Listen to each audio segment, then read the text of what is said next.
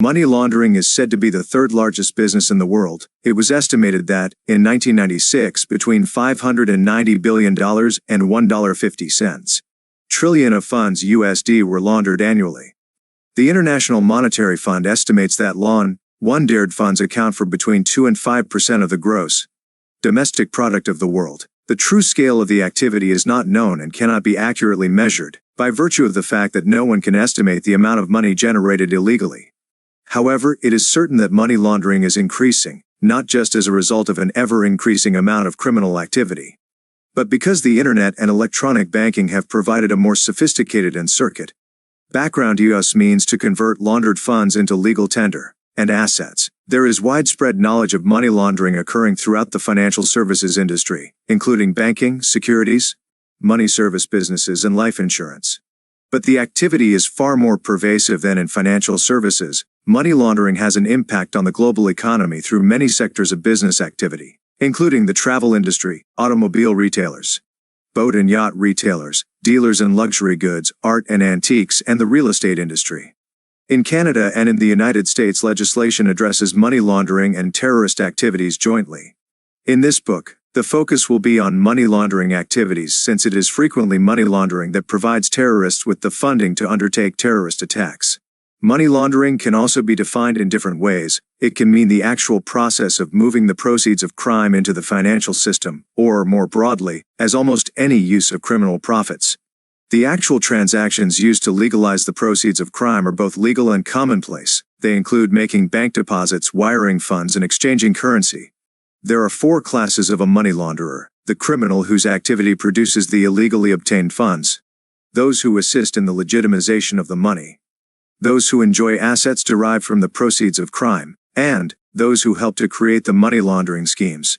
Money that is laundered is considered dirty because it, Chapter 1, Background, is the product of criminal conduct, and hence is identified as the proceeds of crime. But most crime is economic crime, that is, a crime committed in order to make money. Criminals create the need for money laundering because a large quantity of cash, in and of itself, is worthless. It has value only when it appears to be legitimate and becomes an asset of the criminal who earned the funds in the first place. Money made from a criminal activity is used to invest in another crime, to hide for use at a later time, or to be spent when it is obtained. The criminal activity most responsible for generating illegitimately obtained funds is the drug trade. Street sales of drugs typically produce cash in small denomination bills. The amount of cash retained by the person selling the drugs will not be significant, but the amount of cash funneled up the chain of command becomes increasingly larger. Those at the top of the business have been known to have so much cash that they will bury it in caches in an effort to hide it. Such cash must be integrated into the economy to become legitimate. The numerous $50, $20, and $10 bills from the street, or produced by counterfeiting, must be converted into checks, money orders, or wire transfers in larger sums from legitimate sources. Banks, financial services companies such as brokers and life insurers, that represent the sum totals of the bills. Thus, dirty money is laundered, becomes clean, and is above suspicion. Money launderers expect that some portion of their proceeds will be lost to them in the process of laundering. This is their cost of business. Thus, for instance, they will sacrifice an insurance policy for less than its cost of acquisition in order to obtain the check from the insurance company that can be deposited elsewhere without raising suspicion. Not all proceeds of crime are laundered. Much is retained as cash by the criminal or held in bank accounts with no attempt made to disguise the origin of the funds. Anyone who helps a person launder money, despite the fact that they may not be directly involved in the underlying criminal activity, is a money launderer. Therefore, bankers, lawyers, accountants, car dealers, and life agents are money launderers if they either use their business to help someone legitimize money earned as proceeds of a crime, or provide expertise to such a person. Professionals may claim that they were unaware of their laundering activities, and that their money laundering was inadvertent. However, in a trial, this defense requires that a negative event be proven: I did not launder money, which can be highly prejudicial in front of a jury. Those who enjoy the assets of the proceeds of crime are often the partners of the criminals, who know or suspect that proceeds of crime are used to fund their lifestyle, including homes, cars, and jewelry. Finally, the person who creates the money laundering process, such as an accountant versed in audit trails and international finance, is also guilty of money laundering. Drugs are not the only source of illegitimately obtained funds. Other criminal activities that will generate funds for money laundering include prostitution, fraud, counterfeit goods, tax evasion, financial crimes such as check fraud, internet crime and credit card fraud. Extortion. 2. Chapter 1, Background. Theft, including auto theft, and smuggling. Money laundering is not concerned solely with the conversion of cash bills and coins into legitimate channels. Often criminal financial activity does not result in actual cash, because there is no physical representation of the crime. The money exists in virtual space as bits and bytes of computer memory. Criminal laws that once addressed the physical holding of stolen goods no longer apply due to the emergence of online finance in the past decade. This means that laws have to be restated to make virtual financial crimes just as risky as the actual possession of stolen goods. 3. In addition to the societal costs of criminal activity, financial crime affects everyone. It increases the cost of living by increasing taxes for those who do not evade their tax responsibilities. 2. Increasing the cost of doing business because businesses must cover the cost of fraud and theft, which in turn is passed along as higher prices to consumers. Increasing insurance policy premiums because of fraudulent claims and valid claims by victims of terrorist attacks, and increasing security costs for governments and the hidden companies that must institute measures to prevent money laundering and terrorism.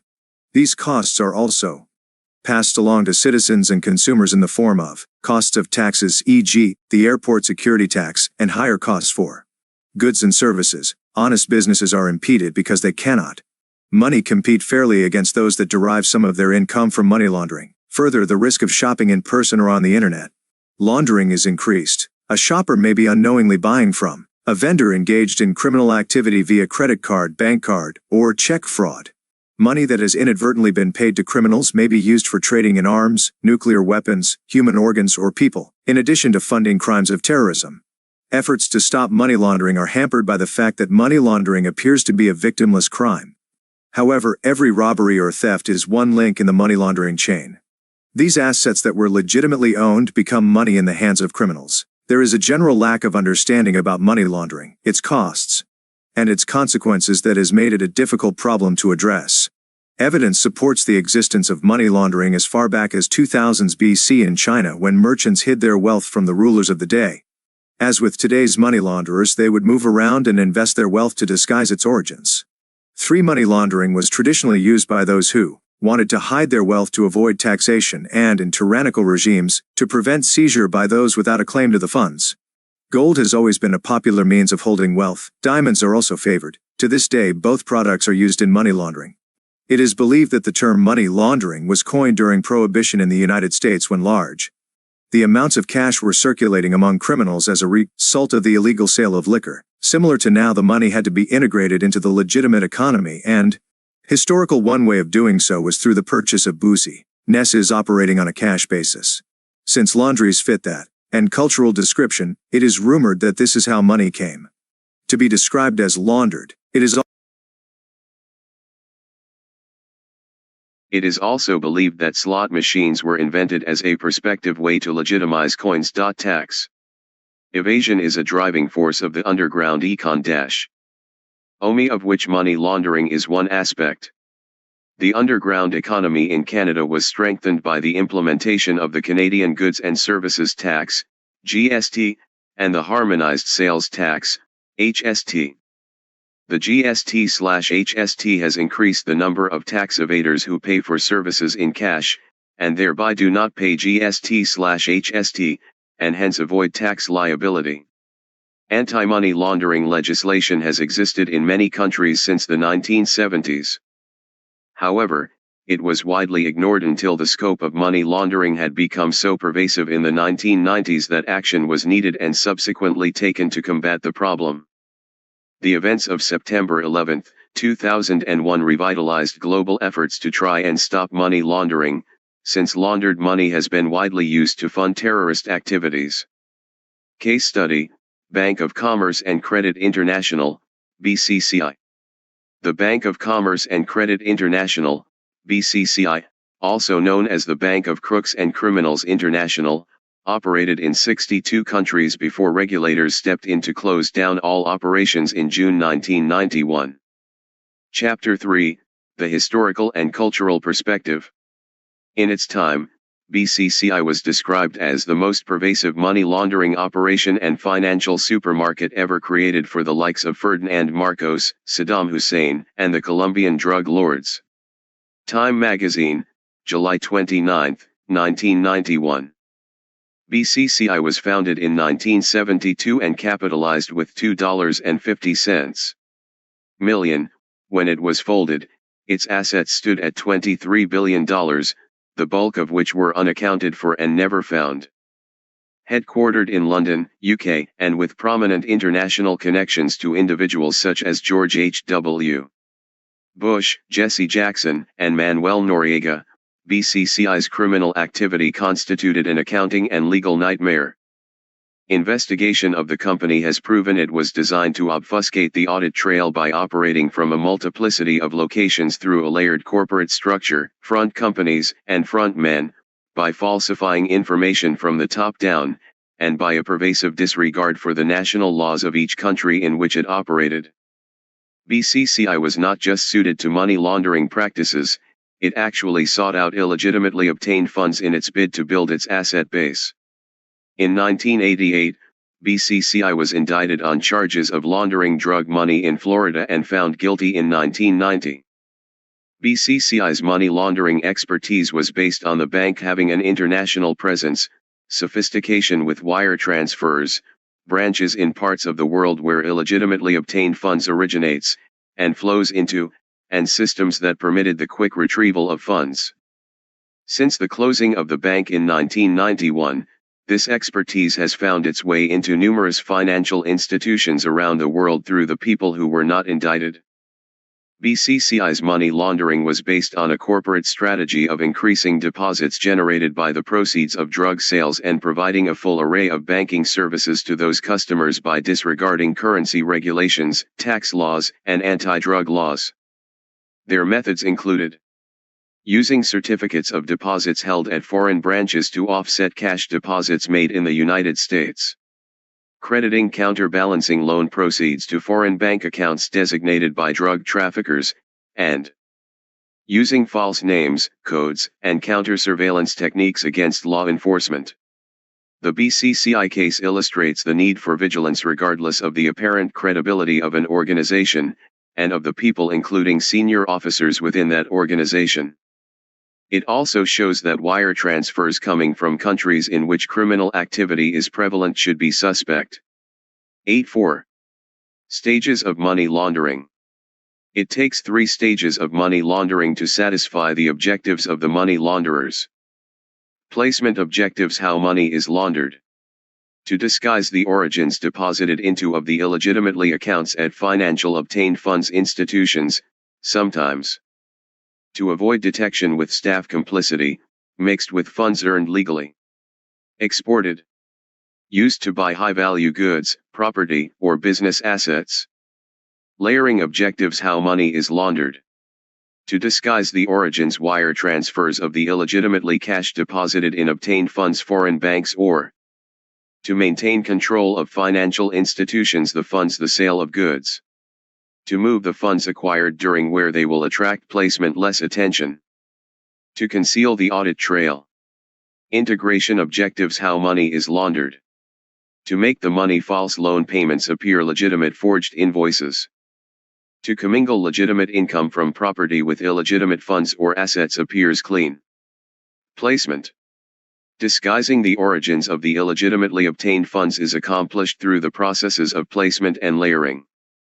Placement is the act of inserting the funds into the financial system or smuggling them out of the country in which they have been received. Chapter 4, Stages of Money Laundering. This stage is where the launderer is most vulnerable to detection, because it is very difficult to deposit the funds into the financial system. The criminal will be able to transform some of the funds into legitimate assets, which is the reason that luxury goods retailers are a link in the money laundering chain. Retailers are not required to question the source of funds used to pay for an expensive car, yacht, antiques, designer goods, or jewelry, whereas all financial institutions in Canada are required to report any suspicious transaction. Financial reporting requirements vary significantly between countries. In India, the amount considered a large cash transaction is the equivalent of $800 USD. High-value goods are highly appealing to money launderers, because they are portable and are often used as an alternative to cash. Also, during placement, funds will be split into smaller sums for deposit in a number of financial institutions, thus avoiding the suspicion that would be aroused by a large single deposit. Foreign banks favored in the placement process include those that are located in jurisdictions identified as lacking basic anti-money laundering controls. Are foreign shell banks, that is, banks with no physical presence in any jurisdiction, and operate under an offshore banking license. Casinos are also used as a means for the placement of funds. Cash is used to acquire chips or tokens. After a few turns at the table, the player cashes in the remaining chips or tokens for a cashier's check that can be deposited anywhere. Casinos are effective for occasional placement. Ongoing placement of funds requires the use of cash-based businesses, such as car washes, video game arcades, video rentals, bars and restaurants, and vending machine companies. During the placement process, money launderers often rely on insiders to make deposits, which prevents suspicions being raised. Layering. Layering consolidates funds once they have been placed. Layering uses a complex series of financial transactions to conceal an audit trail, so that the source and ownership of the funds remains anonymous. In legitimate business transactions, an audit trail sequentially demonstrates who has created or modified a document, transaction, or accounting entry, what was done, and when. An audit trail maintains security, validates entries, tracks computer activity, and permits transactions to be recovered. Money launderers create a complicated web of financial transactions so that the audit trail is virtually impossible to discern.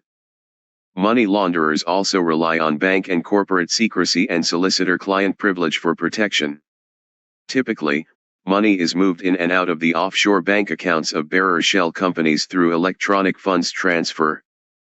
Throughout the world, over 500,000 electronic wire transfers, representing more than $1 trillion USD, are sent daily, making the disclosure of clean versus illegitimately obtained funds impossible to detect. It is estimated that 1 out of every 2,000 transfers is laundered money. This sheer volume increases the probability that the money launderers will not be detected.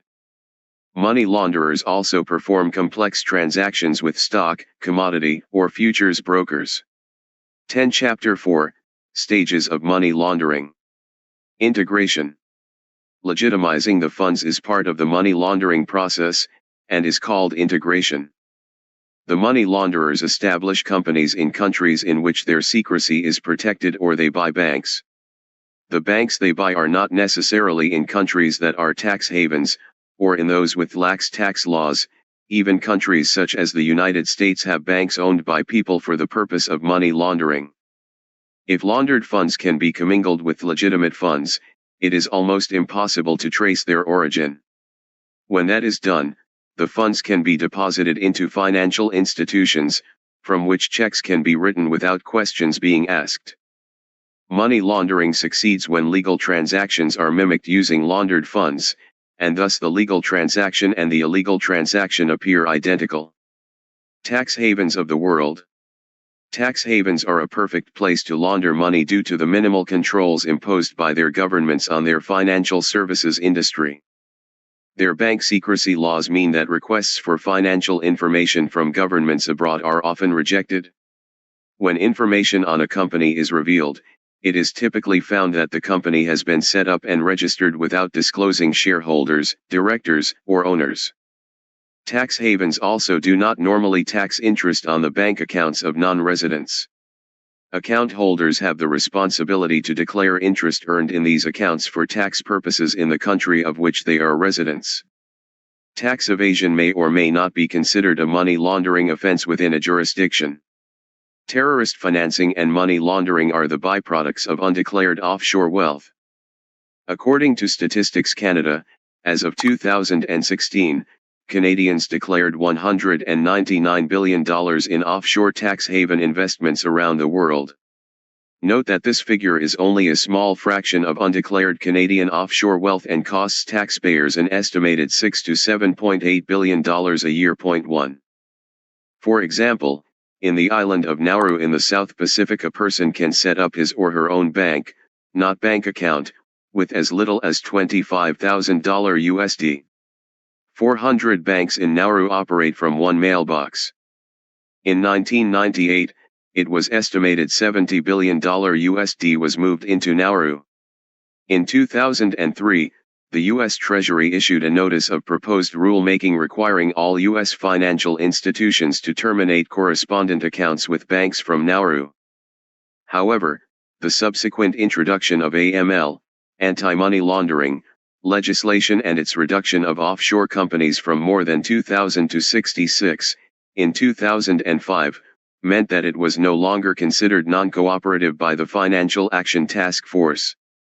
Andorra, Anguilla, Antigua, Antilles, Aruba, Australia, 2 Bahamas, Barbados, Belize, Bermuda, British Virgin Islands, Canada, Cayman Islands, Cook Islands, Cyprus, Dominica, Dominican Republic, Egypt, Gibraltar, Guatemala, Guernsey, Hong Kong, Indonesia, Irish Republic, Isle of Man, Jersey, Labuan, Luxembourg, Madeira, Malta, Mauritius, Monaco, Myanmar, Nauru, Netherlands, Netherlands, Antilles, Nevis and St. Kitts, Nigeria, Niue, Panama, Philippines, Sark, Singapore, St. Vincent and the Grenadines, Switzerland, Thailand, Turks and Caicos, Ukraine, United Kingdom, Vanuatu. 11.5. Methods of money laundering. Money launderers are renowned for their creativity and, of course, their secrecy. Thus, this list is only a partial listing of the ways in which money is laundered. Underground banking. Underground banking, also called parallel banking and alternative remittance systems, has existed for centuries. It has proven itself to be one of the safest methods for money launderers to transfer large sums of money without a trace. Underground banking exists outside laws and regulation. The basic concept underlying all forms of parallel banking is that the movement of value is facilitated without the movement of money. Record-keeping procedures are nearly non-existent, making it difficult to apprehend those working within the parallel banking system. Coded messages and telephone calls effectively transfer money from one country to another. For instance, the CHIT system will be employed when the money launderer deposits funds with the underground bank, and the receipt issued may be a playing card or a postcard, torn in half. The use of this system eliminates the need for carrying cash over borders. Parallel banking may be suspected in shops that specialize in gold and precious jewels, money exchanges, and import/export businesses. Internet banking and finance is the modern-day equivalent of other methods of parallel banking. Funds can be moved electronically, the movement of value, without the movement of money. In addition to its effectiveness laundering proceeds of crime, the underground banking system also efficiently transfers money into developing countries with monetary import restrictions. For instance, the underground banking system has been proved to be used by Vietnamese residents living in the United States who send money off to their families living in Vietnam. In this case, the money was not the proceeds of crime. Commodities and the futures market. In the futures market, the opportunity for transgressions exists because the brokers do not trade in the names of their clients, and thus the names of the beneficial owners are not known. Chapter 5, Methods of Money Laundering. Because commodities can only sell if there is a market, the money launderer will buy and then sell the same commodity. The contract will be paid from illegally obtained funds, a commission paid to the broker, and profits, or proceeds of selling the contract paid by the broker to the money launderer. The money launderer then has a legitimate check for integration purposes. Black Market Peso Exchange, BMPE. This system of money laundering is used to swap dollars in the United States for pesos in Colombia, and is considered to be the largest single avenue for laundering drug proceeds in the U.S. In 2000, the BMPE laundered an estimated $5 billion of drug money for Colombian traffickers. There are three parties to the BMPE: the drug cartels, brokers, and Colombian businessmen. The drug cartels generate US dollars by the importing and selling of drugs. The cartels sell their US cash to brokers who launder the cash into the financial system. The brokers have two avenues for dispersal of the laundered money. 1. The dollars are sold by the brokers to Colombian importers for pesos. An exchange rate is negotiated that is less than the official exchange rate. The importers need dollars to buy legitimate US household goods, such as appliances, to import to Colombia. The brokers deposit the pesos from the Colombian importers into the accounts of the cartel members in Colombia. Thus, the drug cartel members have been paid for the drugs they smuggle into the United States. Through this method, the drug cartel members are paid in their currency of choice, pesos. Colombian importers circumvent the tight currency restrictions of their country and are able to buy more US goods, because they are buying with cheap dollars, and the brokers take the risk. The second way the brokers use the cash they have received is to pay for the household goods in the United States on behalf of the importer.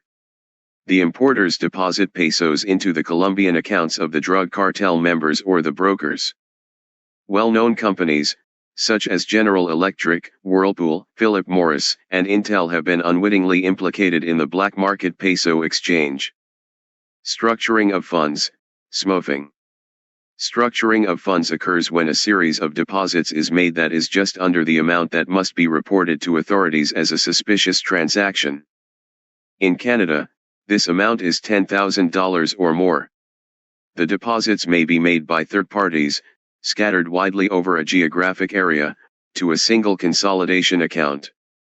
Structuring can be used in the travel industry to buy airline tickets that are later returned for a refund. With pawnbrokers that issue checks written for cash on their accounts. In money services businesses that provide money orders or foreign exchange. In the securities industry, and to acquire luxury goods that are later resold. 14 Chapter 5, Methods of Money Laundering.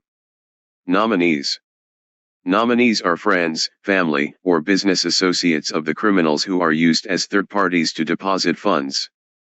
The nominees are usually well known in their communities and therefore do not attract attention for their activities. Suspicions are not likely to be aroused by their financial transactions. When nominees are used, the source and ownership of the funds are concealed, thus making it difficult for financial intelligence to identify the funds as laundered money. Securities.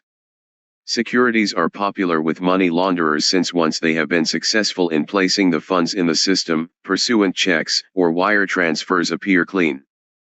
Firms must be vigilant in regards to the suspicious movement of funds through wire transfers, checks, cash deposits, and withdrawals. Insiders. Insiders in a financial institution can be one of the most effective aids to money launderers. Their complicity and silence are assured by bribery. While compliance officers often focus on young or inexperienced employees, it is often the more experienced and senior employees that will be targeted by money launderers. Those in the retail branches of securities firms are under constant pressure from management to expand their client base and increase assets.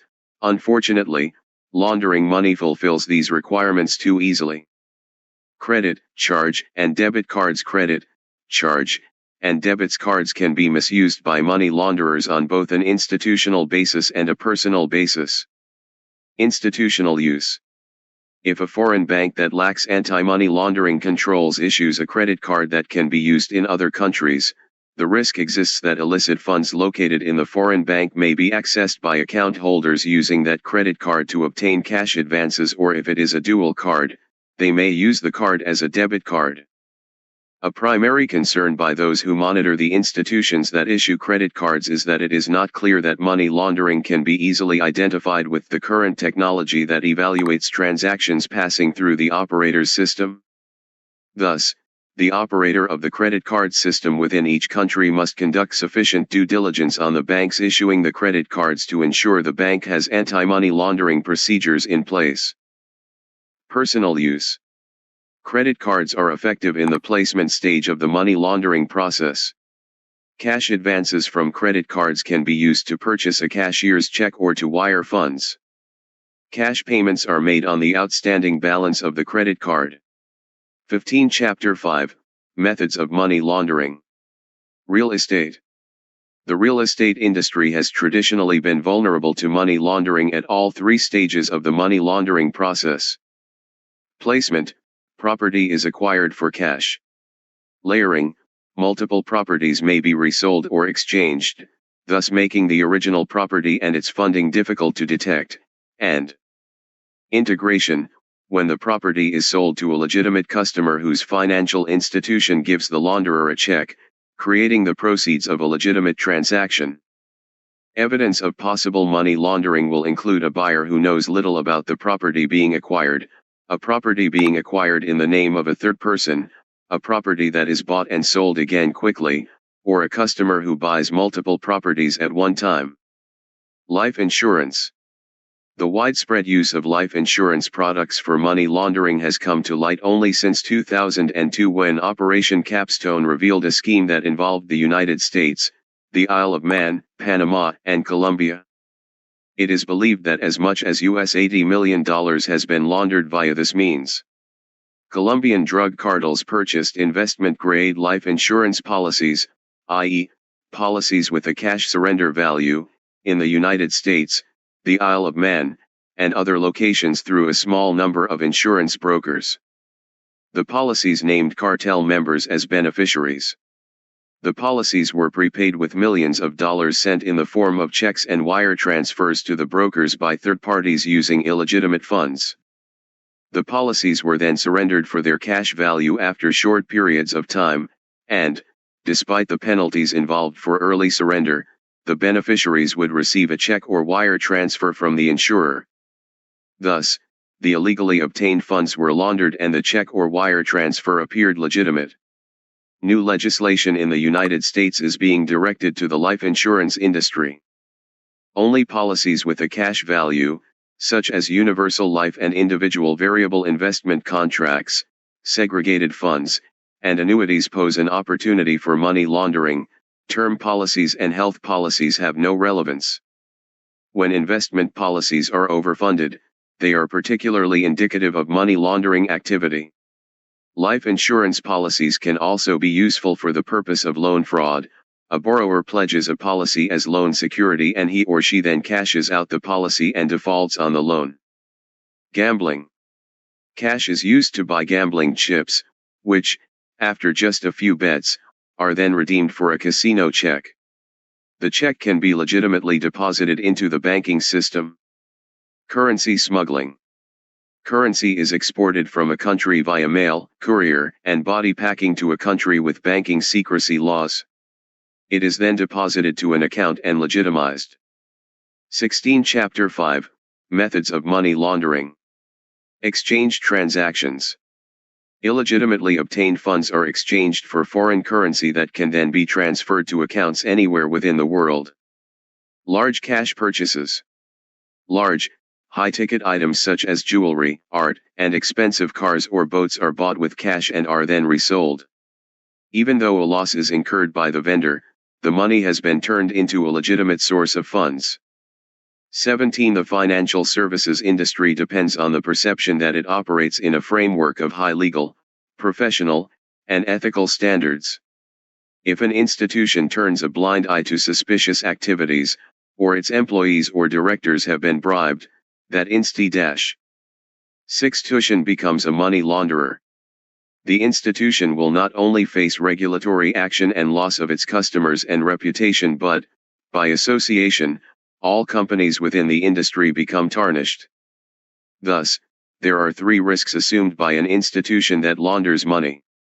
Risk to reputation, risk of censure, and affects risk of regulatory intervention. There are also macroeconomic consequences of money laundering.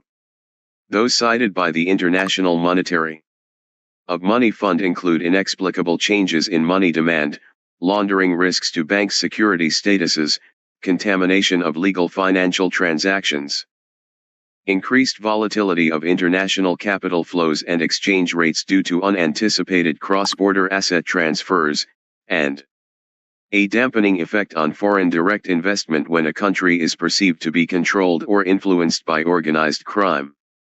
Left unchecked, money launderers can control large sectors of a national economy through investment or bribery of public officials. Money laundering and terrorist financing are closely related, though much money laundering activity occurs that is not linked to terrorists.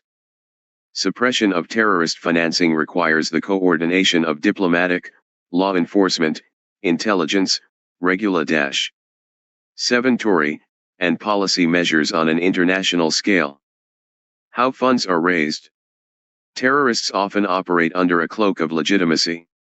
Organizations or companies that fund terrorist activity often appear to be legitimate, example honey traders in Yemen that have been identified as being part of the Al-Qaeda financial network. Terrorists also procure financial support from criminal activity. Large-scale criminal activity is evident in the Afghani heroin trade. Small-scale efforts include petty theft, financing and smuggling. Financial operations. Terrorists are, for obvious reasons, attracted to operating in under-regulated jurisdictions. If bank supervision is limited, anti-money laundering laws are non-existent, or banks operate in a secretive manner, terrorists face little or no resistance to their financial dealings. It is also known that money has entered legitimate financial institutions in under-regulated jurisdictions and is channeled through countries such as Liechtenstein and the Bahamas where bank secrecy prevails. Reactions and responses to terrorist financing. Responses to terrorist financing are categorized as being tactical, in which individual nodes of the network are disrupted, or strategic, in which the environment in which terrorists raise and move funds is not supportive, or tolerant, of terrorists and their causes. The most visible aspect of the tactical response has been the public designations of people, businesses, and financial institutions associated with terrorist organizations. These designations have been commonly referred to as the name and shame lists. The United States led the way with such designations and were promptly followed by the UN and many foreign governments. Chapter 7, Terrorist Financing. The UN called on all its member states to immediately freeze the assets of those who commit or attempt to commit terrorist acts or facilitate the commission of terrorist acts, and prohibit the provision and collection of funds for terrorist activities. These designations have resulted in the blocking of terrorist-related assets in banks and the barring of certain persons from doing business with designated organizations and individuals.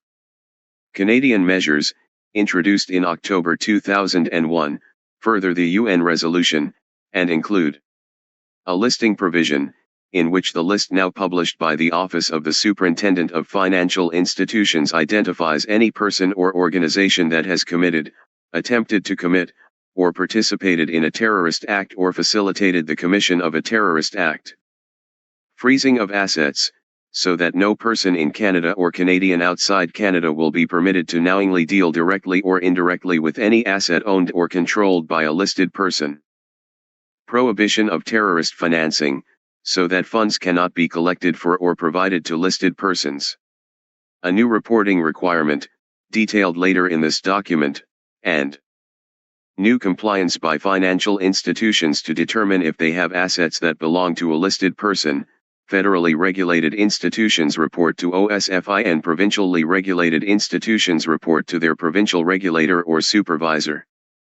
Strategic initiatives have been less successful, due to inadequate money laundering regulations in many countries, and poor implementation among some countries in which regulations do exist. The response to terrorism and terrorist financing will require a long-term sustained effort by the international community to bring about meaningful results. Recognizing terrorist activity. Suspicions of terrorist involvement will be raised if an individual tries to act on behalf of any one of the consolidated list of names subject to regulations establishing a list of entities made under UN suppression of terrorism regulations. This list can be acquired at www.osfi-bsif.gc.ca. As an advisory to all federally regulated financial institutions. Particular caution must also be exercised whenever third-party transactions are being made and the third party, person or entity, is not known by the reporting person or entity. 22. Countering money laundering effectively requires not only knowledge of laws and regulations, investigation, and analysis, but also of banking, finance, accounting, and other related economic activities. An effective system to combat money laundering, both on a national basis and internationally, requires mandatory reporting of suspicious and certain other financial transactions, analysis of such reports, dispersal of the analysis to relevant intelligence and law enforcement agencies, when appropriate, and a multidisciplinary approach. The crime of money laundering may not become obvious, catching the until many or all of the pieces are put together. Since money may transfer hands in a matter of seconds or be criminals, relocated to the other side of the world instantaneously by an electronic wire transfer, law enforcement and agencies that investigate money laundering must be able to the macro count on a virtually immediate exchange of information. This information exchange must also be at an early point. Approach after possible detection of a crime. International. Unfortunately, many barriers to the exchange of information exist, both within jurisdictions and between foreign governments and foreign counterparts. They include lack of resources, number of law enforcement agencies that may be involved within any one jurisdiction, reluctance of financial institutions to provide reports, unwillingness to share information, and technical obstacles to the rapid exchange of information. Despite the importance of apprehending those who are laundering money, privacy laws at home and abroad must be respected. International efforts. The Financial Action Task Force, FATF, on money laundering, an agency that works closely with the Organization for Economic Cooperation and Development, was established in 1989 to develop a coordinated international response to concerns about money laundering. There were 37 member countries as of 2007. The FATF developed 40 recommendations on money laundering plus 9 special recommendations on terrorist. Chapter 8, Catching the Criminals, the Macro Approach, International Financing as a complete set of countermeasures against money laundering and terrorist financing to guide national governments. They address the scope of the criminal offense of money laundering, which includes identifying corporations themselves, and not just their employees, as subject to criminal liability and suggests measures for confiscation and criminal sanctions. Increased diligence of financial institutions, noting requirements for reporting and suggesting protection for whistleblowers. Measures to cope with the problems of countries with no or insufficient anti-money laundering measures. The strengthening of international cooperation, including the exchange of general information and the exchange of information relating to suspicious transactions, and other forms of cooperation, including the basis and means for cooperation in confiscation, mutual assistance, and extradition. The recommendations established basic measures for all countries to implement that. Make money laundering a crime. Ensure that financial institutions identify their clients, maintain client and account records, and report suspicious transactions. Monitor the flow of money over borders. Require international cooperation to strengthen efforts. Financial institutions were defined to be banks and non-bank financial institutions. The FATF list of financial activities of concern to the organization, whether undertaken by businesses or professions which are not financial institutions, includes acceptance of deposits and other repayable funds from the public, lending, financial leasing, money transmission services, issuing and managing means of payment, i.e., credit cards, checks, traveler's checks, banker's drafts, etc., financial guarantees and commitments, and trading for accounts of customers, spot, forward, swaps, futures, options, in money market instruments, checks, certificates of deposit, foreign exchange, exchange, interest rate, and index instruments, transferable securities, commodity futures trading, participation in securities issues and the provision of financial services related to such issues, individual and collective portfolio management, safekeeping and administration of cash or liquid securities on behalf of clients, life insurance and other investment-related insurance, and money changing.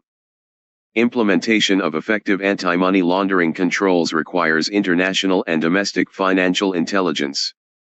Many nations have created internal agencies called Financial Intelligence Units, FIUs, to gather the necessary information on individuals, institutions, and suspicious transactions. 24 Chapter 8, Catching the Criminals, the Macro Approach, International. The Egmont Group of FIUs is an informal international group established in 1995 to provide a forum for FIUs to improve support to their respective national anti-money laundering programs. This support includes expanding and systematizing the exchange of financial intelligence, improving expertise and capabilities of the personnel of such organizations, and fostering better communication among FIUs through the application of new technologies.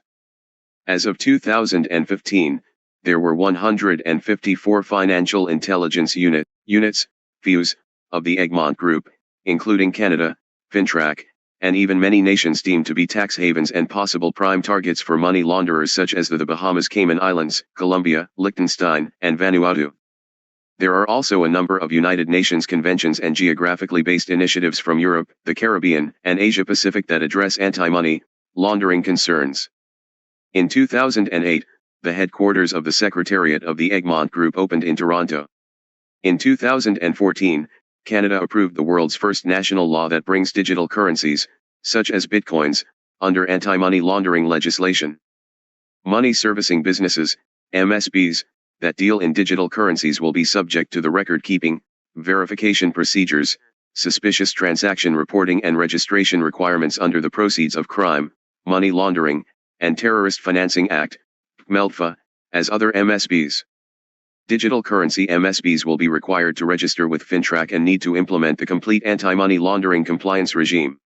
This law will extend to entities that have a place of business in Canada and will also extend to entities that have a place of business outside of Canada but direct services with persons or entities in Canada. The bill also prohibits banks from opening and maintaining a banking relationship with digital MSBs not registered with FINTRAC. United States. In 2001, the U.S. strengthened its money laundering legislation through the Uniting and Strengthening America by providing appropriate tools required to intercept and obstruct terrorism Act, USA Patriot. The act is written to deter and punish terrorist acts in the United States and around the world, to enhance law enforcement investigatory tools, and for other purposes. Money laundering is not the focus of the act, per se, but it is deterred by the act because of the link between money laundering and terrorist activities. The act requires every financial institution to establish an anti-money laundering program that includes, at a minimum, the development of internal policies, procedures, and controls, the designation of a compliance officer, an ongoing employee training program, and an independent audit function to test programs. If convicted, one may be found guilty of a felony, imprisoned up to 20 years, and fined up to $500,000, or twice the value of the property involved, whichever is greater. A defendant may be charged not only with money laundering, but also with bank fraud, securities fraud, wire fraud, mail fraud, public corruption, RICO, Racketeer Influenced and Corrupt Organizations Act, crimes, and / or conspiracy to commit the aforementioned crimes. Since 1987, the federal system has abolished parole. Expungement, removal of conviction from public records, is also not available. United Kingdom. Existing UK law is contained within a number of acts and regulations, including the Proceeds of Crime Act 2002. 25 Chapter 8, Catching the Criminals, the Macro Approach, International. The Terrorism Act 2000, and the Money Laundering Regulations 2007. The Joint Money Laundering and Steering Group, JMLSG, is the UK agency driving anti-money laundering efforts. The money laundering regulations specify customer due diligence steps to be taken when a business relationship is established with a customer or transactions are carried out that have a risk of money laundering attached. For some customers or situations where there is a higher risk of money laundering or terrorist financing, there is a requirement for enhanced due diligence. Ongoing monitoring, OM, of the customer's activities must be undertaken when there is a continuing business relationship with a customer. When a transaction or a pattern of transactions is unusual and must be looked into as potentially suspicious activity, that activity must be reported to the Serious Organized Crime Agency, SOCA. A major revision of JMLSG's guidance was published in January 2006, based on a number of fundamental principles, including that of senior management accountability and the adoption of a risk-based approach. The latter allows firms to focus their AML/CTF resources on areas where the risk of money laundering/terrorist financing is higher, and therefore embodies proportionate and cost-effective approaches to managing these risks. The risk-based approach in which a firm establishes its own regime and safeguards specific to its business model was adopted in Canada in 2008. Please refer to the section titled The Compliance Regime later in this chapter. More changes were made to the JMLSG's guidance in 2013 to reflect the provisions of Draft Money Laundering Regulations 2007, which implement the EU's Third Money Laundering Directive. 26 Under Canadian law, a money laundering offence encompasses various acts committed with the intention to conceal or convert property or the proceeds of property knowing or believing that it was derived from the commission of a designated offence. 9 In this context, a designated offence means most serious offences under the Criminal Code or any other federal act. It includes those relating to illegal drug trafficking, bribery, fraud, forgery, murder, robbery, counterfeit money, stock manipulation, etc. Canada's strategy to combat money laundering is fourfold. Enforce the laws. Protect personal information. Keep down the cost of compliance, and catching the support international efforts. Criminals, in Canada, there are a number of agencies and federal departments with responsibility for implementing and micro approach to money laundering procedures. Foremost among them is the Financial Transactions and Canada Reports Analysis Centre of Canada, FINTRAC, an agency created by the Proceeds of Crime, Money Laundering, and Terrorist Financing Act, PCMLTF. As the central clearinghouse for information related to money laundering in Canada, FINTRAC receives, analyzes, and assesses transaction reports and other information relevant to money laundering, terrorist financing, and threats to Canadian security. Receives reports on the cross-border movement of large amounts of currency or monetary instruments. Provides intelligence about financial transactions to law enforcement agencies and to CSIS. Ensures that personal information under its control is protected from unauthorized disclosure. Monitors and ensures compliance in the business sector and by financial institutions with obligations under the Act, and enhances public awareness and understanding of matters related to money laundering and terrorist financing. Other agencies involved in anti-money laundering efforts include Canada Revenue Agency, CRA. Receives declarations of import and export of large amounts of cash or money in other forms, and Chapter 9, Catching the Criminals, the Micro Approach, Canada. Transmits them to FINTRAC.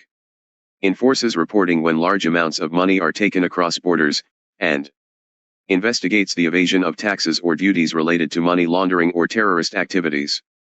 Canada Border Services Agency, formerly known as Canada Customs and Revenue Agency. Requires declaration of the import or export of currency or monetary instruments of or over $10,000. The Office of the Superintendent of Financial Institutions Canada, OSFI. Reviews policies and procedures to combat money laundering as part of its program of supervision of financial institutions and life insurance companies, and suppresses terrorism by providing lists of names of entities and names of individuals subject to the regulations establishing a list of entities made under subsection 83.05(1) of the Criminal Code or the United Nations Suppression of Terrorism Regulations. The Royal Canadian Mounted Police, RCMP. Investigates money laundering offences and enforces laws, and requires that Canadians inside Canada and abroad report the existence of any property in their possession or control that they know is owned or controlled by or on behalf of a terrorist group. This includes information about any transaction or proposed transaction relating to that property. The Canadian Security Intelligence Service, CSIS. Investigates threats to national security linked to money laundering. Also requires the same report of transactions or proposed transactions relating to terrorist property as provided to the RCMP. Citizenship and Immigration Canada prevents entry of foreign nationals engaged in money laundering and arranges their removal. The Department of Finance develops and evaluates policy and rules, and leads international discussions on money laundering, although not through the Egmont Group. The Department of Justice prosecutes money laundering offenses. Canada has also beefed up its criminal code, and the Immigration and Refugee Protection Act to strengthen its anti-money laundering efforts. An important objective of all those involved in the prevention of money laundering is to make financial organizations and the public aware of the rules, and to ensure their compliance with those rules.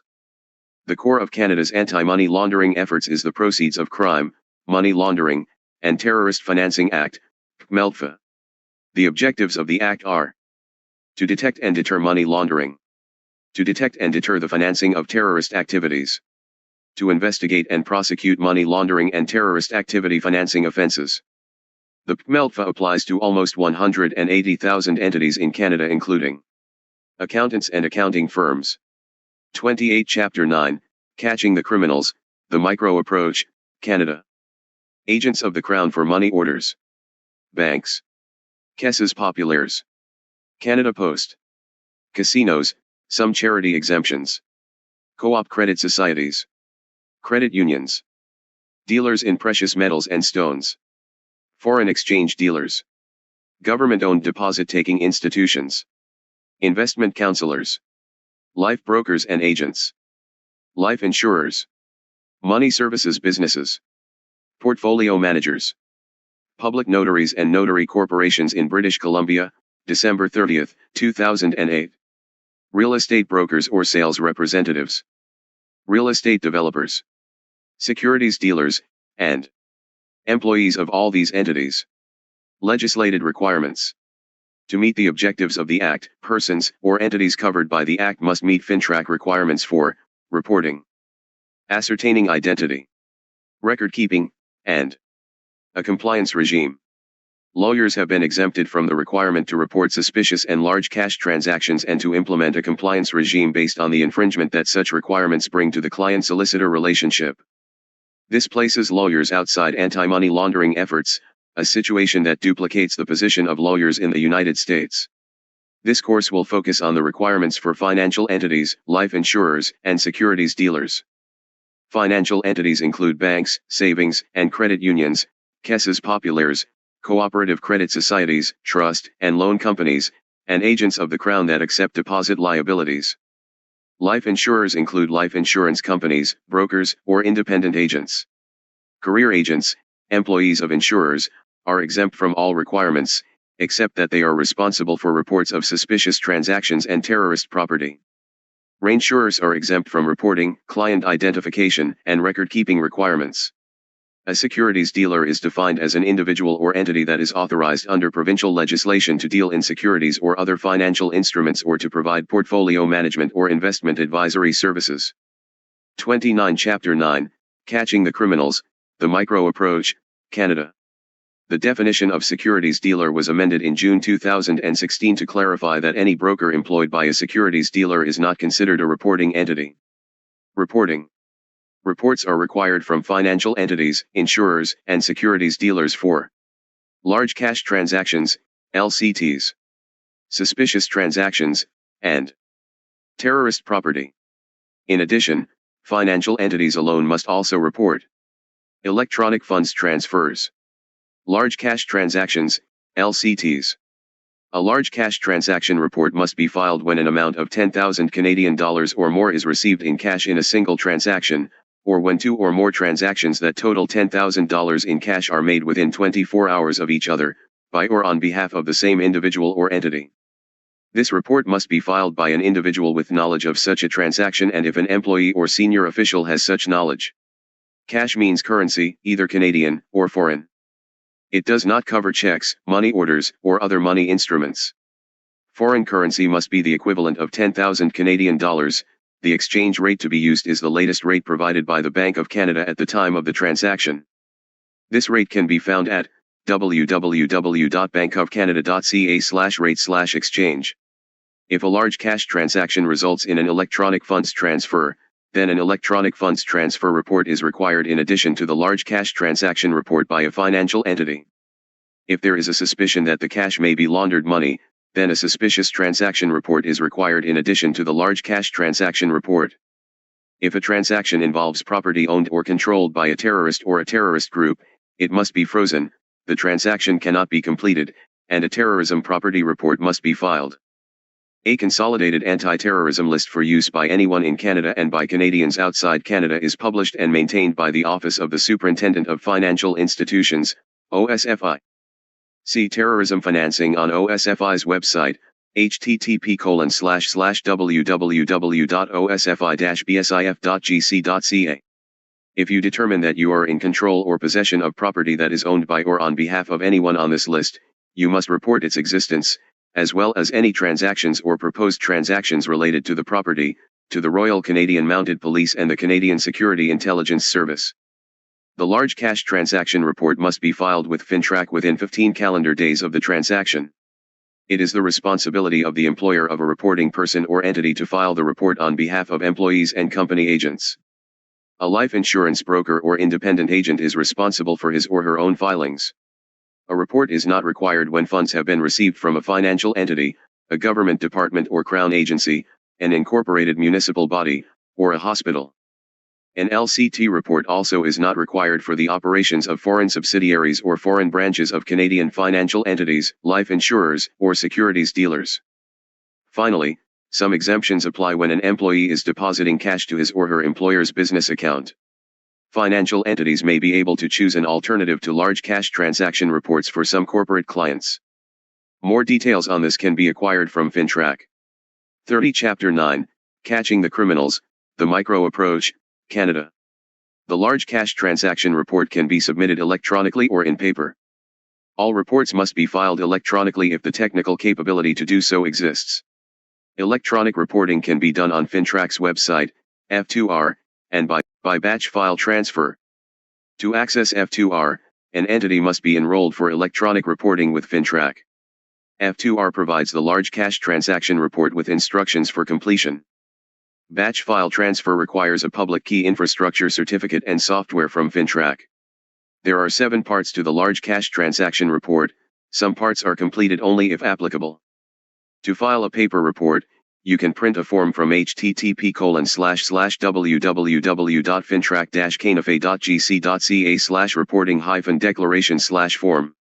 LCTR 2008 eng.pdf. Or call 1-866-346-8722 to request a form be faxed or mailed. When the form is completed, it can be faxed to 1-866-226-2346 or mailed to FINTRAC Section A234, Laurier Avenue West 24th floor Ottawa, on K1P1H7. FINTRAC will acknowledge receipt of the electronic LCT report, but does not acknowledge the paper report. Failure to report a large cash transaction can lead to a fine of $500,000 for a first offense, and $1 million for each subsequent offense. When these reports are received by FINTRAC, they are assessed according to information contained in external government and commercial databases including the Canadian Police Information Centre's database, voluntary information received, and with foreign financial intelligence units. FINTRAC analysts establish identification of those behind a financial transaction and, when money laundering is suspected, inform relevant intelligence and enforcement agencies. Suspicious transaction reports. As with a large cash transaction report, financial entities, insurers, and securities dealers are not required to file suspicious transaction reports for their foreign subsidiaries or operations outside of Canada. Digital MSBs also have to report suspicious transactions. A suspicious transaction is a financial transaction in which there are reasonable grounds to suspect money laundering or an attempt to launder money or commission of a terrorist activity financing offense or an attempted commission of such an offense. There is no dollar limit threshold. The identity of the person performing the transaction must be confirmed except when the identity of the individual had been proved and there are no doubts about that previous identification information, and if doing so would inform the individual that a suspicious transaction report is being considered or submitted. The suspicious transaction reports and attempted transaction reports must be retained by the reporting body. If an individual knows a financial transaction is related to terrorist groups or individuals, he or she cannot proceed with the transaction. The funds must be frozen. A suspicious transaction report would be required because of the attempted transaction, in addition to a terrorist property report. Suspicious transactions are more easily defined by what does not occur, than by what does.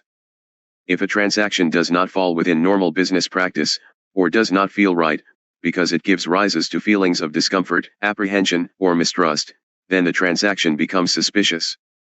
A transaction may also appear suspicious if the person who requested the transaction exhibited suspicious behavior, or if he or she has suspicious associates. 31 Chapter 9, Catching the Criminals, the Micro Approach, Canada. A suspicious transaction must be reported when the financial transaction has occurred or been attempted. For example, a life insurance agent who deposits a check on behalf of a client has made a financial transaction. If the check is refunded, that would also be a financial transaction. If a check was received and returned to the client before it had been deposited, then an attempted financial transaction has occurred. A suspicious transaction report must be submitted electronically by F2R or batch file transfer if the technical capability to do so exists. Computer requirements are the same as those described for large cash transaction reports. FinTrack will acknowledge receipt of the form. A report may be submitted in paper only when the electronic option is not feasible. Forms may be accessed at http://www.fintrack-canada.gc.ca/reporting-decoration/form/tpr-2008-ang.pdf and mailed or faxed to the FinTrack address previously provided. FinTrack will not acknowledge receipt of the form. A suspicious transaction report must be submitted within 30 calendar days of the transaction. When preparing a report, it is essential not to alert the suspect by asking for information outside the norm. An employee or reporting entity cannot disclose that a suspicious transaction report has been made, or disclose the contents of a report with the intention of prejudicing a criminal inquiry. Failure to report a suspicious transaction carries penalties that include up to 5 years imprisonment, a fine of $2 million Canadian dollars, or both. No criminal or civil proceedings may be brought against an entity or person who makes a report in good faith. Recognizing reasonable grounds for suspicion. Reasonable grounds are largely determined by normal business practices in the business in which the transaction occurs. Suspicions may center on corporate activity or personal activity. A hierarchy of suspicious behaviors can be determined. Activities that are particularly suspicious are those in which there is a pattern of multiple transactions or people involved. Across the financial industry, these general indicators of questionable transactions appear on FinTrack's website. 3. Client admits or makes statements about involvement in criminal activities. Client does not want correspondence sent to home address. Client appears to have accounts with several financial institutions in one area for no apparent reason. Client conducts transactions at different physical locations. Client is accompanied and watched. Client shows uncommon curiosity about internal systems, controls, and policies. Client overjustifies or overexplains the transaction. Client is secretive and reluctant to meet in person. Client's home or business telephone number has been disconnected or there is no such number when an attempt is made to contact the client shortly after the account is opened. Normal attempts to verify the background of a new or prospective client are difficult. Client appears to be acting on behalf of a third party, but does not tell you. Client is involved in activity out of keeping for that individual or business. Client attempts to develop close rapport with staff. Client uses a post office box or general delivery address, or other type of mail drop address instead of a. 32 Chapter 9, Catching the Criminals, the Micro Approach, Canada. Street address when this is not the norm for that area. Client offers you money, gratuities, or unusual favors for the provision of services that may appear unusual or suspicious. Client pays for services or products using financial instruments, such as money orders or traveler's checks, without relevant entries on the face of the instrument or with unusual symbols, stamps, or notes. Transaction involves a suspected shell entity, i.e., a corporation that has no assets, operations, or other reason to exist. Financial entities. Some indicators of reasonable grounds to suspect money laundering that apply specifically to financial entities include the following: an unemployed client has too much money in his or her account.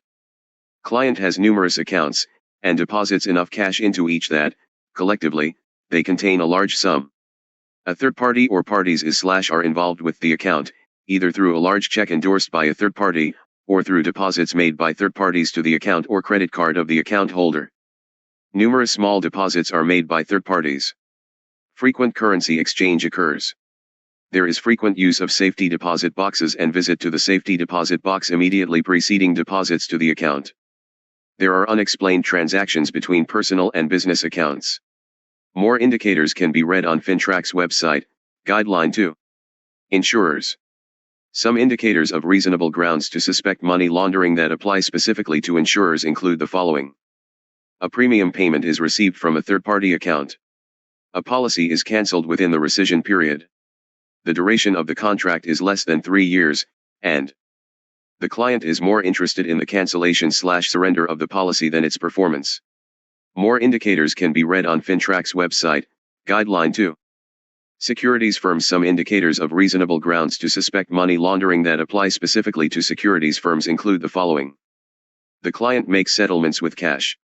A third party or parties is/are involved, either as providing payment, nominee accounts, as undisclosed beneficiary, etc. The client is uninterested in usual performance indicators.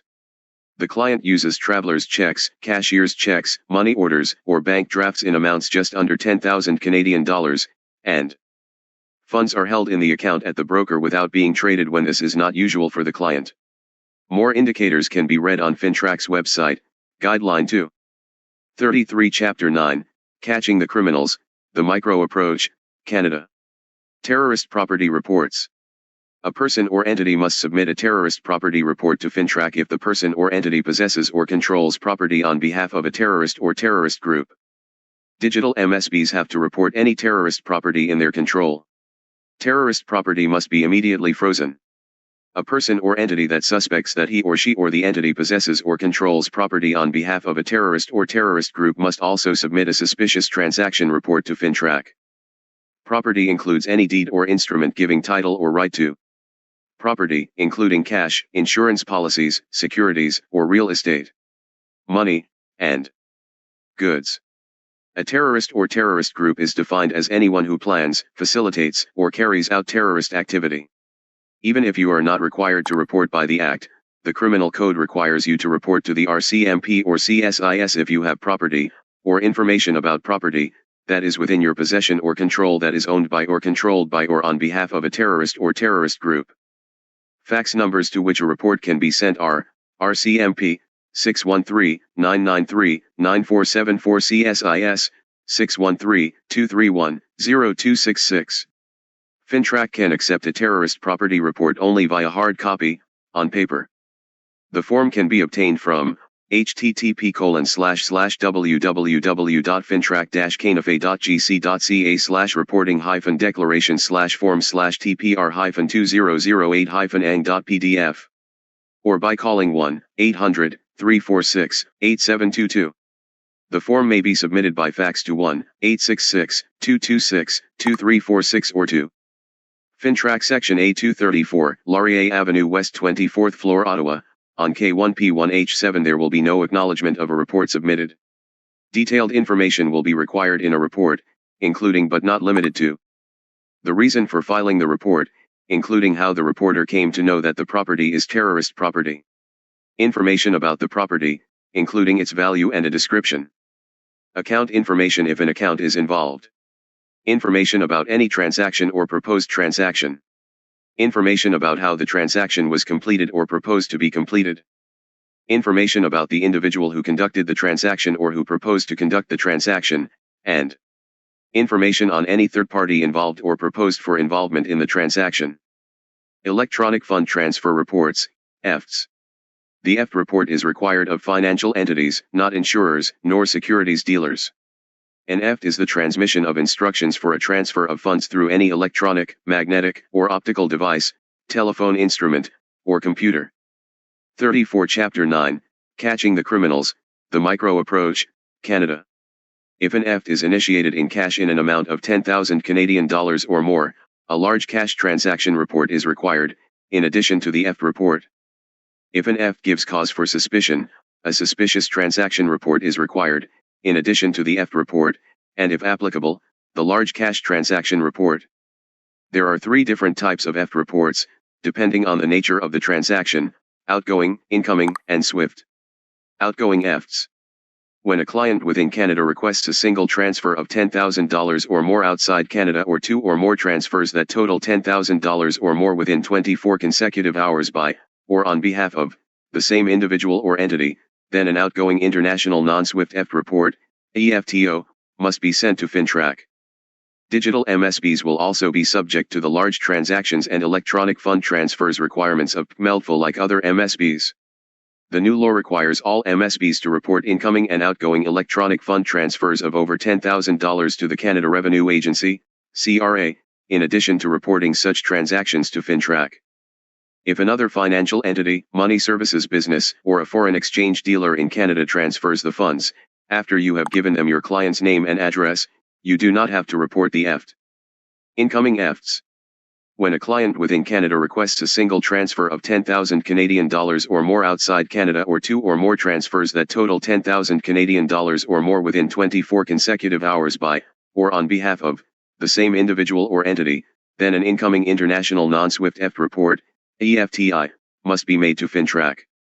All financial entities must make the related EFT report, EFTI, to FINTRAC when instructions have been received for a transfer of funds from an individual or entity outside Canada. If instructions come from within Canada, an EFT report is not required.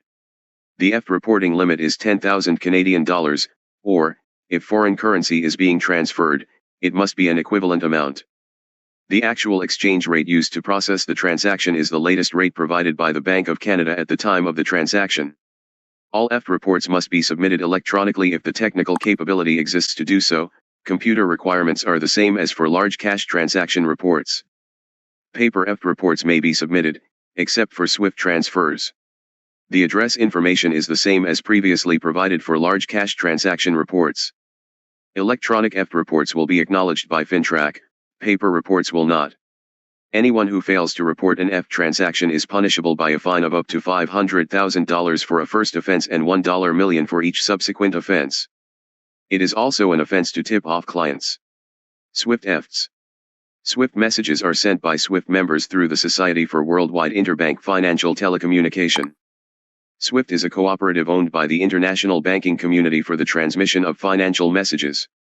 SWIFT 103 messages require a SWIFT EFT report for the same type of transactions as non-SWIFT transfers. SWIFT EFT reports can only be submitted electronically. An EFT report must be sent within 5 business days after the date of the transfer. 35 Chapter 9, Catching the Criminals, the Micro Approach, Canada. Cross-border currency reporting. There is no limit to the amount of money that can be brought into Canada or taken out of the country.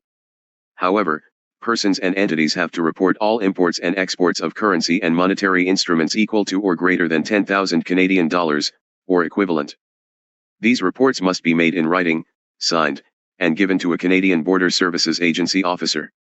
Failure to report currency and monetary instruments may result in search, seizure, and a subsequent penalty, ranging from $250 to $5,000. All completed reports are sent to FINTRAC for assessment and analysis. Ascertaining identity. The identity of the initiator of financial transactions relevant to FINTRAC reporting requirements must be confirmed for any transaction other than the initial deposit. Ascertaining client identity directly for. The following chart illustrates a summary of the methods used to ascertain client identity. Client identification. Method.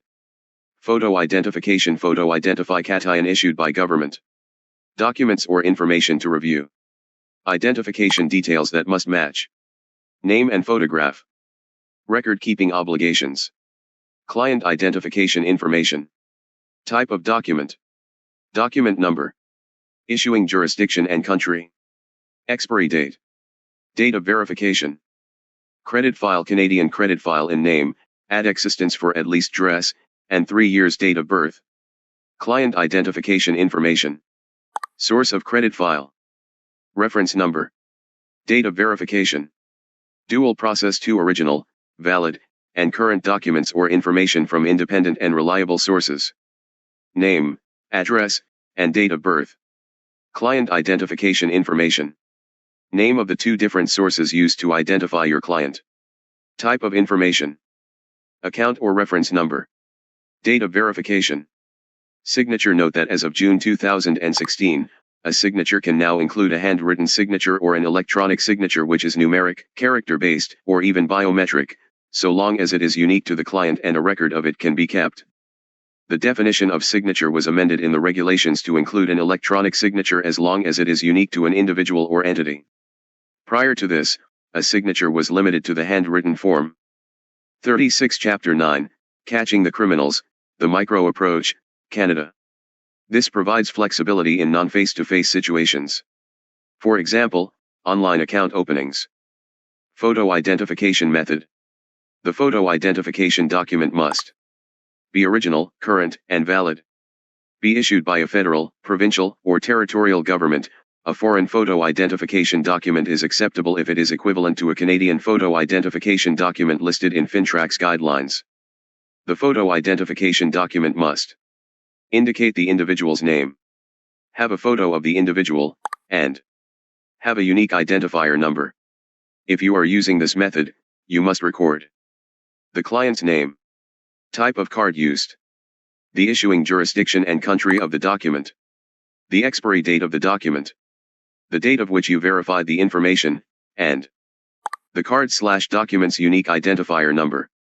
Examples: passports, permanent resident or citizenship cards, and driver's licenses. The original document must be viewed while in the presence of the client in order to compare the client with their photo. Digitally scanned images, online photo identification, or video conferences are not acceptable. Credit file method. The credit file must match the name, address, and date of birth that the client provided, be from Canada, and have been in existence for at least 3 years. The credit file search must be conducted at the time the agent ascertains their client's identity. The information must be obtained directly from a Canadian credit bureau.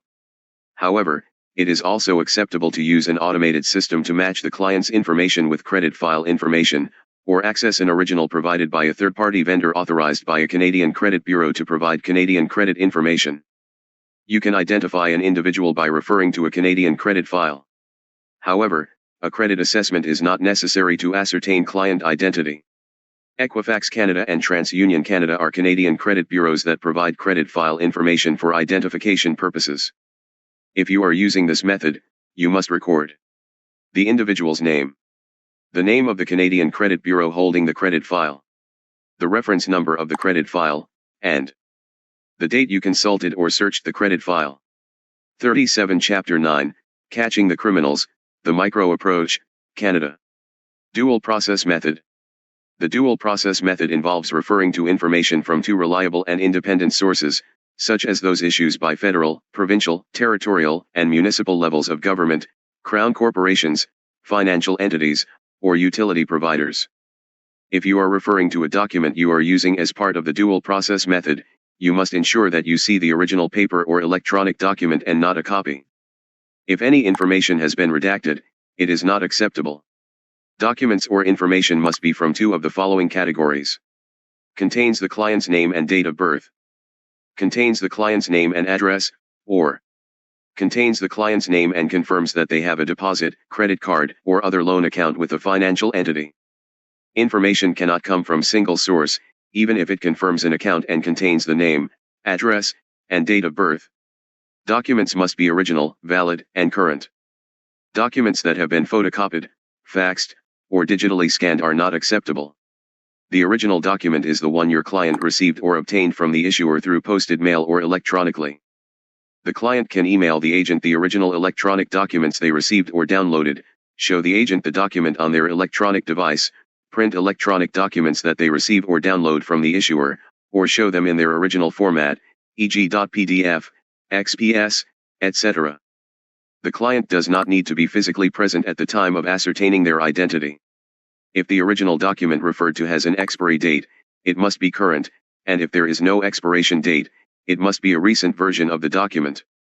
A Canadian credit file that has been in existence for at least 6 months can be referred to as one source to verify name and address, name and date of birth or name and confirmation of a financial account. Ascertaining client identity by an agent, mandatory, or entity 5. The following chart illustrates a summary of the methods used to ascertain client identity by an agent, mandatory, or entity. Client can be identified by your Domestic or foreign affiliate financial services cooperative or credit union. Central. Record-keeping obligations. Client identification information. Name of the entity that identified your client. Identification method used. Information gathered according to the method used. Date of verification. Agent or mandatory client identification information. Name of the entity that identified your client. Written agreement with agent. Identification method used. Information gathered according to the method used. Date of verification. Date you referred to their verification of your client. 38 Chapter 9, Catching the Criminals, The Micro Approach, Canada. Domestic and foreign affiliates. An entity is affiliated with another entity if one of them is wholly owned by the other, both are wholly owned by the same entity, or their financial statements are consolidated. The affiliate must meet the definition of a bank, authorized foreign bank, cooperative credit society, savings and credit union, caisse populaire, life insurance company, trust company, loan company, or securities dealer. Financial services cooperative or credit union central. A member of an agent's financial services cooperative or credit union central can ascertain the identity of the agent's client. Financial services cooperatives or credit union centrals act on behalf of a membership composed of financial entities and can provide financial services to that group. A financial services cooperative is a cooperative that is regulated by the Act respecting financial services cooperatives or the Act respecting the Mouvement Desjardins. A credit union central is a central cooperative credit society under the Cooperative Credit Associations Act, or a credit union central or federation of credit unions or caisses populaires regulated by provincial acts outside of Quebec. Agent or mandatory. The agent must have a written agreement or arrangement with another agent or mandatory before relying on them for ascertaining client identity. Proof of corporate identity. The existence of the corporation must be proved in addition to its name, address, and the names of its directors. The following documents can be used for these purposes. The corporation's certificate of corporate status. The record that is filed annually under provincial securities legislation, and any other record that confirms existence such as the company's annual report signed by independent auditors or a letter to the corporation from any government. If you refer to an electronic document, you must record the corporation's registration number, the type of document referred to, and the source of the electronic version of the document. If you refer to a paper copy of a document, you must keep the paper document, or a copy of it. Politically exposed foreign person, PEFP. It is necessary to identify whether a politically exposed foreign person conducts financial transactions with you or your employer for new or existing accounts or certain electronic funds transfers. There is a 30-day time frame in which the identity of the account holder must be proved after the account is opened. A politically exposed foreign person is one who holds or has held one of the following positions in or on behalf. 39 Chapter 9, Catching the Criminals, The Micro Approach, Canada. Of a foreign country. Head of state or government. Member of the Executive Council of Government. Member of a legislature. Deputy Minister or equivalent. Ambassador, attaché, or counselor. General or higher rank in the military. President of a state-owned company or bank. Head of a government agency. Judge, and leader or president of a political party in a legislature. The PEFP designation also includes the individuals. Mother or father. Child. Spouse or common law partner. Parents of the spouse or common law partner, and siblings or half-siblings. If a PEFP opens a new account or has an existing account, it is also necessary for senior management to approve the account within 30 days after it has been opened or determined as belonging to a PEFP, to establish the source of funds that will be deposited to the account, to monitor the account on an ongoing basis, to be aware of suspicious transactions. When an individual initiates or is the beneficiary of an electronic funds transfer of $100,000 or more, it is necessary to determine if he or she is a PEFP. Senior management approval of the transaction within 30 days is required, as is a determination of the source of the funds. The law also enhances the definition of a politically exposed person, PEP, to include a domestic PEP, a person who holds or has held within the last 5 years one of the following in Canada: Governor General, Lieutenant General, or Head of Government, member of a federal or provincial parliament, Deputy Minister, Ambassador, attaché or their counselor, military officer with the rank of general or above, head of a federal or provincial crown corporation, head of government agency, judge, or mayor. It includes persons who are closely associated with the PEP in business or personally, such as family members or business partners. Head of an international organization, person who leads an international organization established by a government including their close associates and family members. Transactions requiring identification. Financial entities. Individuals and entities must be identified when the following transactions take place. A signature card is signed. As of June 2016, signature cards include electronic data constituting the signature of a person. A LTC is made. An account is opened for a corporation or other entity. 40 Chapter 9, Catching the Criminals, The Micro Approach, Canada. A settlor or co-trustee of a trust wishes to make a transaction. Traveler's checks, money orders, or other negotiable instruments worth $3,000 or more are purchased or redeemed when a signature card does not exist. A fund transfer of $1,000 or more is requested when a signature card does not exist. A credit card account is opened, and group plan account contributions are not made by payroll deduction or the plan sponsor. Securities. Individuals and entities must be identified when the following transactions take place. A signature card is signed. A LTC is made. Instructions are given for an account. An account is opened for a corporation or other entity. A suspicious transaction report is sent, and group plan account contributions are not made by payroll deduction or the plan sponsor. Insurers. Individuals and entities must be identified when the following transactions take place. A LCT is made. An annuity or life policy worth $10,000 or more is purchased. A suspicious transaction report is sent, and group plan account contributions are not made by payroll deduction or the plan sponsor. Record-keeping requirements. Financial entities, insurers, and securities dealers must keep the following: records of LCTs, copies of official corporate records, copies of suspicious transaction reports, and beneficial ownership records. Financial entities and securities dealers must also keep the following records: signature cards, account holder information. Securities dealers must also keep account operating agreements or account applications, and stated intended use of an account. Financial entities alone must also keep account operating agreements, deposit slips, debit and credit memos, account statements. 41 Chapter 9, Catching the Criminals, The Micro Approach, Canada. Clear checks, credit files, foreign currency exchange transaction tickets, a copy of the trust deed and settler's identification, for trust companies, credit card account records, records for the sale of traveler checks, money orders, or similar negotiable instruments of $3,000 or more, records for money orders redeemed for $3,000 or more, records of specified funds transfers, and correspondent banking relationship records. Securities dealers must also keep new account applications, confirmation of sale or purchase, guarantees, trade authorizations, powers of attorney, joint account agreements, correspondence pertaining to accounts, and account statements. Only insurers must also keep client information records. Any large cash transaction must be recorded. Requirements for what must be in each record are the same for all entities. The amount and currency of cash received, the date and nature of the transaction, the purpose of the transaction, and relevant details, the involvement of any third parties in the transaction, how the cash was received, the account affected by the transaction, and the name of the client with the account.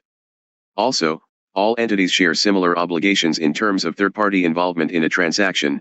These requirements are waived on the part of a financial entity when an account is opened by a legal counsel, an accountant, a real estate broker, or a sales representative, and the account is to be used by their clients. Failure to retain records carries a possible fine of up to $500,000 and up to 5 years imprisonment. Records have to be kept in such a way that they can be provided to FinTrack within 30 days of a request to examine them. They must be retained for a period of 5 years. Keep a record. In June 2017, the regulations have been changed to require that a record be kept when reasonable measures. 42 Chapter 9, Catching the Criminals, The Micro Approach, Canada, were taken, but were unsuccessful. The term reasonable measures refers to activities you are expected to undertake in order to meet certain obligations. For example, every person or entity that is required to keep a large cash transaction record must take reasonable measures to determine whether or not an individual is acting on behalf of a third party when conducting a large cash transaction, and then keep a record of that information. If, even after taking reasonable measures, certain information cannot be determined, gathered or confirmed, you have met the obligation. A reasonable measure is unsuccessful when you do not obtain a response, such as a yes or no, and you are unable to make a conclusive determination. When reasonable measures are unsuccessful, you must record the following information. The measure, S, taken. The date on which the measure, S, was taken, and the reason why the measure, S, was unsuccessful. You must outline the reasonable measures that you take in your compliance policies and procedures. Even if you have met your obligation to obtain information based on reasonable measures, the refusal or unwillingness to provide information may form part of your reasonable grounds to suspect that a transaction is related to a money laundering or terrorist financing offense, and therefore, a suspicious transaction report, STR, may be required to be submitted to FINTRAC. You must keep records of your unsuccessful reasonable measures for at least 5 years following the date they were created. The compliance regime. Proper compliance is mandated by FINTRAC. However, compliance should be a matter of personal will and corporate ethics. Compliance with the Act and its regulations can illustrate a serious desire to deter money laundering within the organization rather than the attitude that it has been forced on the individual or entity. A compliance regime must be in place for financial entities, securities dealers, and insurers. They share the need to appoint a compliance officer, develop and apply written compliance policies and procedures, assess and document the risks of money laundering and terrorist financing specific to the business and what measures are taken to mitigate those risks, implement and document an ongoing training program, and review and document the effectiveness of policies, procedures, training, and risk assessment. Failure to implement any of these elements could lead to an administrative monetary penalty of up to $100,000 for each one. The compliance officer. The person appointed as compliance officer must have the authority to check on individuals and procedures throughout the organization. For this reason, he or she should be a senior employee who can access management at all levels and report to the board of directors. The officer should not be directly involved with the receipt, transfer, or payment of funds. 43 Chapter 9, Catching the Criminals, The Micro Approach, Canada. In a small company, the compliance officer could be the owner or operator of the business. Employee knowledge must be tested to provide assurance that regulations are being followed. Such tests are often referred to as audits, and they can be practical or theoretical in nature. Development of compliance policies and procedures. Policies and procedures must be communicated, understood, and followed by everyone within the organization who has reporting requirements. These individuals must be particularly cautious in dealing with foreign entities that have not established anti-money laundering regimes consistent with international standards, and in avoiding those organizations within Canada that have been identified as supporting terrorist financing. A list of these organizations is available at http://www.osfi-bsif.gc.ca/eng/doc/ntld.xls. The list was developed by the Department of Foreign Affairs and International Trade and modified by the addition of names provided by the Department of Public Safety and Emergency Preparedness. As of June 2008, over 700 organizations appeared on this list. Risk assessment. A risk assessment is an analysis of potential threats and vulnerabilities to money laundering and terrorist financing to which your business is exposed. The complexity of the assessment depends on the size and risk factors of your business. You have to document and consider the following factors in your assessment: your products and services and the delivery channels through which you offer them. As of June 2017, this includes money laundering or terrorist financing risks that may arise because of new products and new business practices, including new delivery channels, and the use of new or developing technologies for both new and existing products. This was added to mitigate the risk brought upon by new technologies used in the industry. The geographic locations where you conduct your activities and the geographic locations of your clients. Other relevant factors unique to your business, and your clients and the business relationships you have with them. Completing a client risk assessment should be appropriate where there is an ongoing relationship. An ongoing relationship is one in which a client opens an account or undertakes multiple transactions over a time period, regardless of whether the transactions are related to each other. When dealings with a client are limited to a single transaction, this is not considered to be an ongoing relationship. Risk assessment will lead to conclusions about how risk can be mitigated. These strategies must be incorporated into written policies and procedures. Review of compliance policies and procedures. A review must be done every 2 years. It has to cover policies and procedures, assessment of risks related to money laundering and terrorist financing, and the training program to test their effectiveness. An internal or external auditor can be used to interview those who handle transactions, and their superiors. Review the process for suspicious transactions. Sample large cash transactions and their reports. Sample electronic funds transfers and their reports. Test whether exceptions to large cash transaction reports are valid and reasonable. 44 Chapter 9, Catching the Criminals, the Micro Approach, Canada. Test the record-keeping system, and test client identification procedures. A practical audit may see an individual engaged who tries to break the rules. He or she may have inadequate identification or display other warning signs. It will be clearly evident whether employees follow procedures or not. A theoretical audit may be a training session, or self-study of procedures. Training. The formality of training will depend largely on the size of the entity implementing a training program. Small companies and individuals need only be concerned with keeping a small number of people knowledgeable and current. In large companies, the number of people needing training can be a significant proportion of the whole. Training is mandatory for senior management, those who have contact with customers, those who handle money, new employees, those who change jobs to a position in which anti-money laundering regulations are in effect, information technology employees, those in charge of internal controls, the compliance officer, and internal auditors. In addition, changes to legislation should be communicated throughout the organization. Penalties for non-compliance. Non-compliance with Part 1 of the PMELFA may result in criminal or administrative penalties. FINTRAC has legislative authority to issue an administrative monetary penalty, AMP, to reporting entities that are in non-compliance with PMELFA, effective December 30, 2008. Administrative monetary penalties. Under FINTRAC, administrative monetary penalties, AMPs, represent an additional tool to current criminal sanctions to help enforce compliance on behalf of reporting entities. AMPs have been designed to provide a measured and proportionate response to instances of non-compliance. Violations. There are 3 types of violations under PCMLTF regulations: minor, serious, and very serious, and carry a maximum penalty of $1,000, $100,000, and $500,000 respectively. The AMPS program has maximum penalties for individuals and entities according to the following list. Minor, individual/entity serious, individual/entity very serious, individual very serious, entity. $1 to $1,000, $1 to $100,000, $1 to $100,000, $1 to $500,000. 45 Chapter 9, Catching the Criminals, the Micro Approach, Canada.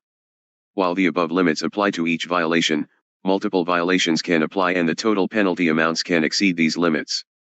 A list of violations can be seen at http://laws.justice.gc.ca/n/showtdm/cr/sor-2007-292. Penalty determination. FINTRAC determines penalties according to the following 3 criteria: the harm caused by the violations, s. the compliance history of the reporting entity, and the non-punitive nature of an administrative penalty. The first criterion is based on the degree to which the violation obstructs Canada's ability to detect and deter money laundering and terrorist financing. The second criterion provides FINTRAC with the means to adjust the base penalty upwards or downwards in conjunction with the individual's or entity's previous 5-year history. The third criterion and the goal of the AMPS program is to encourage compliance with the PMELFA, rather than to punish non-compliance. FINTRAC is provided with additional means to determine penalties that may apply under a non-punitive criterion and its application to the reporting entity in question. Additional facts. Where violations have been settled, payments are made directly to FINTRAC, care of the Receiver General of Canada. All violators may request a review of an administrative monetary penalty by making representation to the Director of FinTrack within 30 days of receiving a notice of violation.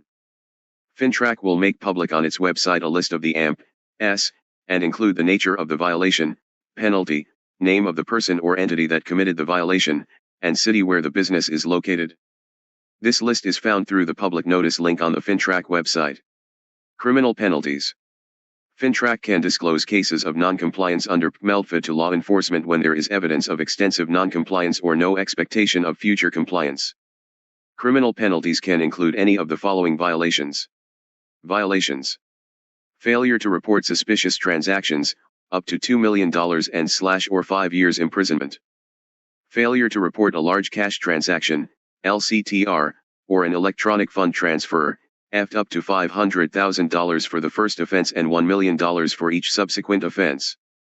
Failure to meet record-keeping requirements, up to $500,000 and or 5 years imprisonment. Failure to provide assistance or provide information during compliance examination, up to $500,000 and or 5 years imprisonment. Disclosing the fact that a suspicious transaction report was made, or disclosing the contents of such a report, with the intent to prejudice a criminal investigation, up to 2 years imprisonment.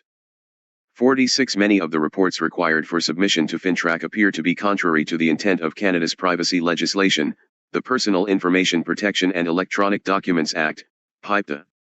However, the PMELFA makes reporting of suspicious 10 transactions mandatory for many of those within the financial services industry. PIPTA recognizes the need of law enforcement agencies to collect personal information without the consent of the individual and exempts the collection of information that assists in legal investigations. Therefore, FinTrack reporting takes priority over PIPTA requirements. Reporting requirements and PIPTA. In addition to the legal responsibility of an individual in the workplace to prepare transaction reports, there are 5 ways the effectiveness of anti-money laundering efforts can be enhanced through personal actions. These are 11. Providing education to employees and co-workers. Volunteering information. Compliance. No directives, and whistleblowing. Education. Reporting. Large firms will have anti-money laundering and terrorist financing initiatives in place to make all employees aware of the problem and their responsibilities. Requirements. However, many small businesses will not have the luxury of appointing anti-money laundering or terrorist and PIPTA specialists within their firm, and yet small firms are easily targeted by money launderers for the very reason that they are less likely to have rigid controls in place. FinTrack's guidelines should be available to all employees of all firms in which there is a reporting requirement. They are available online at http://www.fintrack-canafe.gc.ca. Guidance Directive /1ang.asp. There is no cost to download these files. The guidelines should be checked annually at a minimum for updates and changes to regulations. Make the list of money laundering red flags in Chapter 14 available to all employees and co-workers.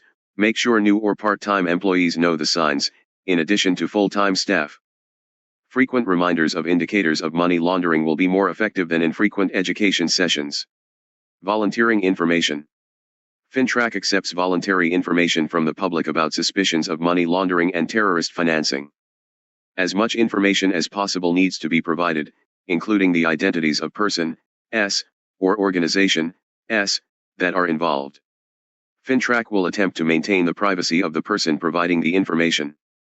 Chapter 11, Catching the Criminals, the Micro Approach, Taking Personal Responsibility. No directives. Know your client has been a long-standing directive in the financial services industry. However, with anti-money laundering and terrorist financing requirements, it is necessary to know your client, employee, and agent. Know your client requires ID to be provided, even if the customer has a long-standing relationship with the institution. Know your client has different meanings, based on whether the client is retail or institutional. Know your employee may require reference checks and ongoing monitoring of employee behavior. Know your agent is a directive towards those who are providing legitimate funds to an institution to ensure the funds are not illegally manipulated to hide the audit trail. Knowing your client is not limited to identification or record-keeping requirements. It is about understanding your clients, including their activities, transaction patterns, and how they operate. Whistleblowing. Whistleblowing might be more aptly named as know your employer. It is the act of the employee reporting wrongdoing by the corporation or business without suffering retaliation by being fired by the corporation or business. Wrongdoing is an act that violates a law or regulation, is a misuse of funds or assets, is evidence of gross mismanagement, and represents a substantial and specific danger to the life, health, and safety of Canadians or the environment. It applies to disclosure of all unacceptable conduct of the organization, and it is clearly relevant to money laundering and terrorist financing, which are violations of a law. The activity of whistleblowing was addressed by the 40 recommendations of the FATF. The United Kingdom has taken an aggressive position on whistleblowing in the Public Interest Disclosure Act, PIDA, enshrining the right of a worker to make disclosures that are in the public interest, and giving protection from victimization by the employer. Canada does not have equivalent legislation. However, the Competition Act in Canada enables employees to make complaints without disclosing their identities, and general statutory and common law provisions protect employees from being fired without just cause. Most whistleblowing legislation is directed at protecting the employee from reprisals if he or she does blow the whistle on the employer. Whistleblowing is a pejorative term, example a snitch or traitor. This perception must be overcome, because whistleblowers take a high degree of personal interest in the integrity of their employer and the enforcement of laws. Whistleblowing and the employee.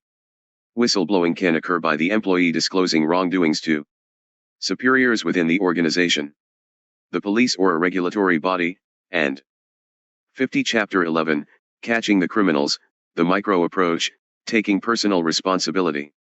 The media.